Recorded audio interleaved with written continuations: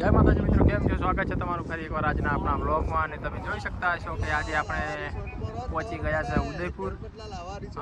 Oppo તરફથી meeting હતી, company તરફથી, અને આપણે પહોંચી ગયા છે.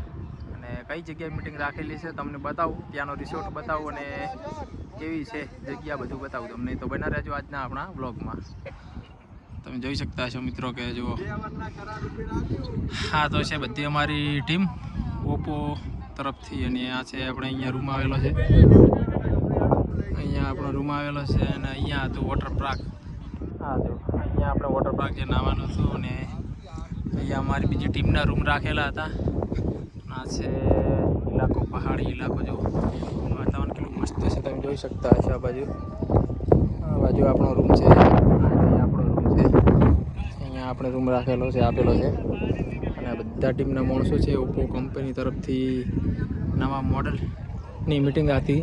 અને ઓપ્પો F33ની મિટિંગ છે. અને ત્યાં આપણે પહોંચી ગયા છે. અને સમય થઈ ગયો છે સાંજનો. સાંજે 6 વાગે મિટિંગ છે. અને 6 વાગ્યા પછી મિટિંગ ચાલુ થશે. તો કેવું છે દ્રશ્ય, કેવું છે અહીંયાનું વાતાવરણ તમે જોઈ શકતા હશો. કેટલું મસ્ત વ્યૂ આવે છે. સાંજનો સમય થઈ ગયો છે. અને અહીંયાનું છે ગાર્ડન. હાલમાં તો તમે જોઈ શકતા હશો કે ફોટોશૂટ અને વિડીયો શૂટિંગનું કામકાજ ચાલુ છે. આ બાજુ પણ ચાલુ છે જો. અને આ અમારા મિત્ર છે અલ્પેશભાઈ. તો આ તો આજનો આપણો બ્લોગ.